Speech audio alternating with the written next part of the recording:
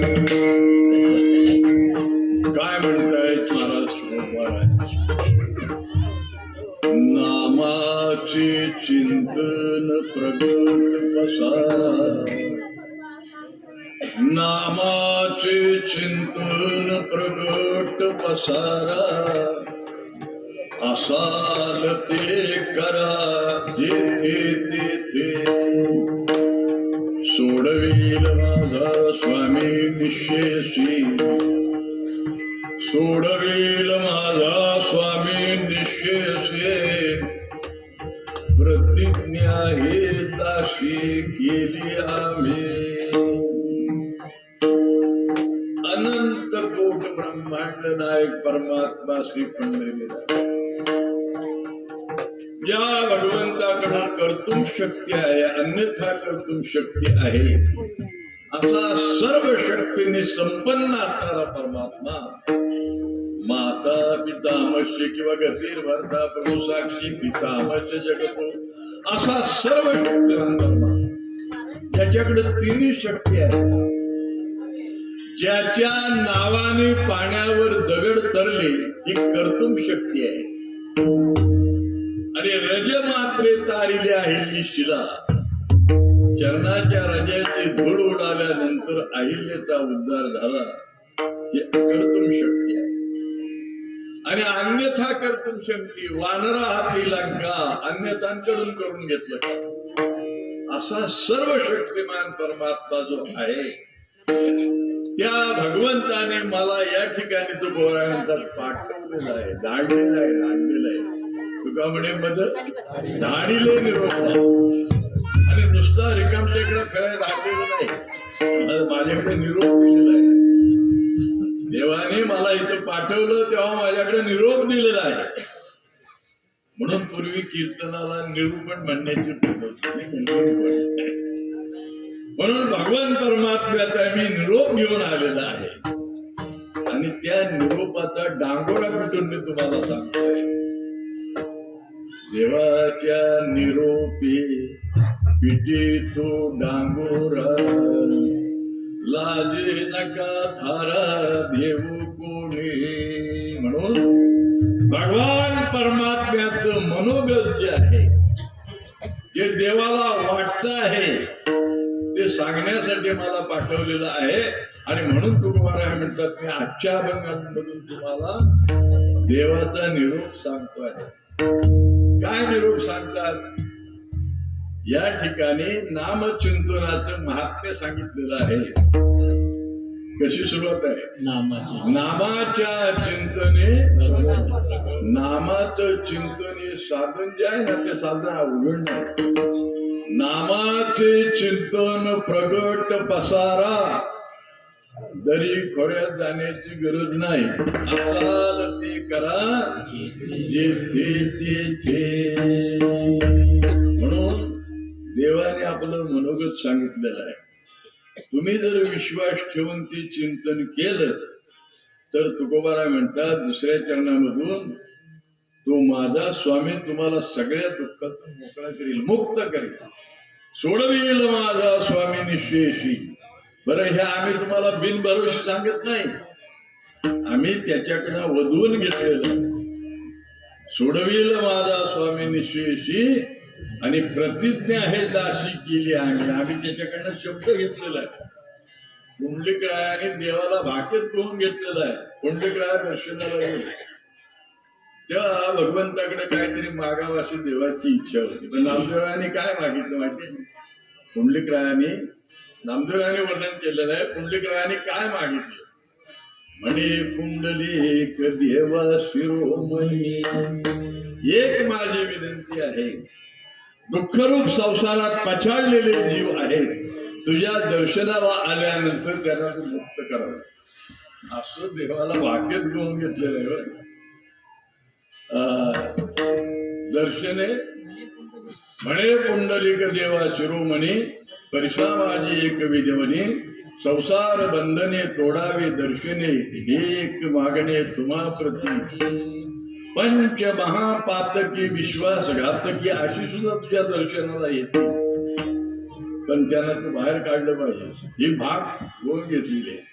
पंचमहापातकी विश्वासघातकी जी यमादकी गांधी गेले ऐशिया पतितांचे करावे स्नात आणि पूर्वी माझे अर्थ पांडुरंगा नामा म्हणे भाग दिली ना देवाने भाग दिली तुझं म्हणणं आहे तसं मी करीन म्हणून तुकोबाराय म्हणतात मी सांगतोय तो निरोप तुम्ही जर ऐकला तर माझा स्वामी तुम्हाला सगळ्या दुःखातून मुक्त करेल सोडवेल माझा स्वामी निश्चयशी आणि प्रतिज्ञा हे दासी केली आहे. आणि ते चिंतन तुम्ही केल्यानंतर तुमचे दोष आहेत का ती गुण आहेत का दोष आहेत कशाचा तुम्ही त्या दोषाचा विचार तो करत नाही. गुणदोष नाही पाहत कीर्तने आणि प्रेमे चक्रपाणी वश्य हो सोडवेल माझा स्वामी निशेषी प्रतिज्ञा हे दाशी केली आम्ही. तुका म्हणे करू वाटतो प्रपंच तुका म्हणे करू वाटतो प्रपंच रोकडे रोमांच कंठदाटे सोडविल माझा स्वामी निशेषी प्रतिज्ञा हे दासी केली आम्ही.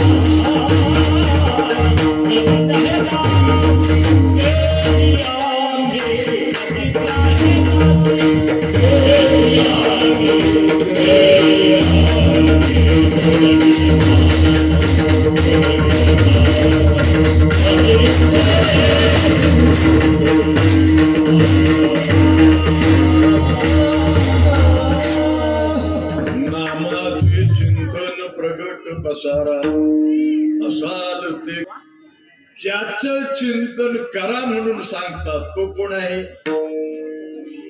ज्याचं चिंतन करा म्हणून सांगतात तो आहे देव. आणि ज्याला चिंतन कर म्हणून सांगतात तो कोण आहे? तो आहे जीव. या दोघांचा संबंध काय?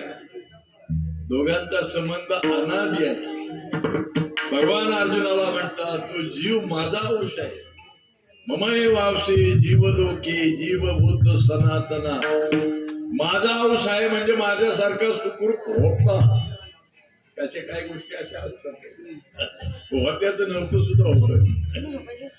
अर्जुना तो माझ्यासारखा होता पण माझ्या स्वरूपातून बाहेर निघाला आणि त्याला मायेची संगत घडली म्हणून बहु होता भाला बरिया रांडीने नाशिला जुनी भाकर विसरून गेला.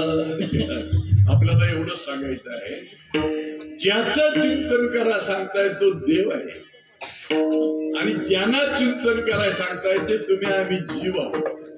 या दोघांचा आपल्या जिण्याचा आणि त्याचा संबंध अनादी आहे, आजचा नाही, अनादी संबंध आहे. म्हणून बादरायणी संबंध नाही. बादरायणी संबंध कसा असतो तुम्हाला सांगतो. एक माणूस बैलगाडी हाकायचा, आयुष्यभर बैलगाडी त्याने हाकली. एक वेळ असा प्रवासाला कुठेतरी निघालेला बैलगाडी घेऊन संध्याकाळ झाली. एका गावामध्ये गेल्यानंतर तिन्ही सांजा झाल्यानंतर त्याला असं वाटलं आपल्याला कुठंतरी मुक्काम करावा लागेल. कशासाठी सांगतोय नाही तर काय लोक नुसतं दृष्टांत ऐकतात मजा म्हणून. तो दृष्टांत कशासाठी म्हणून त्याला बादरायणी संबंध म्हणतात. जीवाचा आणि देवाचा अनादी संबंध आहे, बनावट नाही. म्हणून संध्याकाळ झाल्यानंतर त्याला असं वाटलं कुठेतरी मुक्काम करा.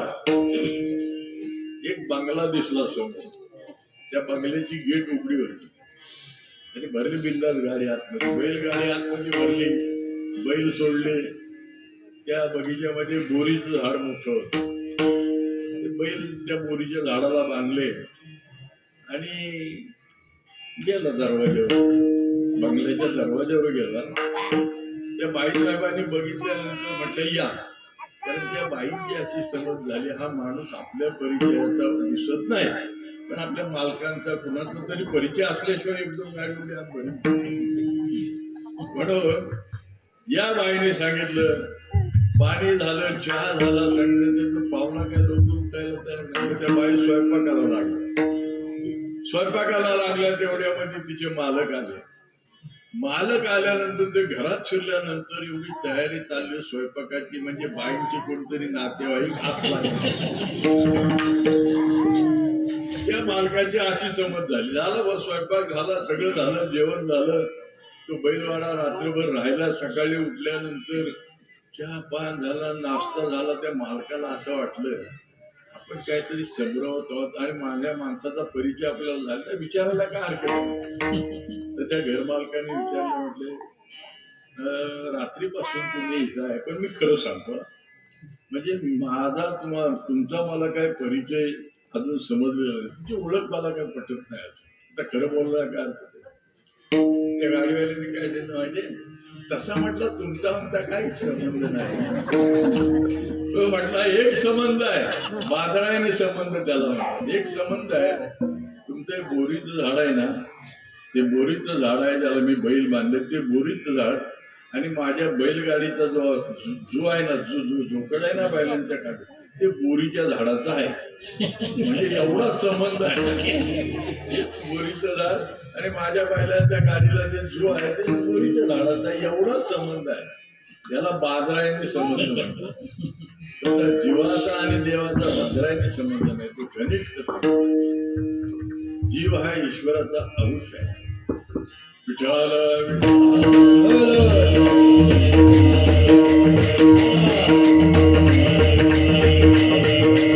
म्हणून जन्माला आलेल्या जीवात्म्याने आपल्या जिंदगीमध्ये कितीही जरी मिळवलं तरी तृप्ती होऊ शकत नाही.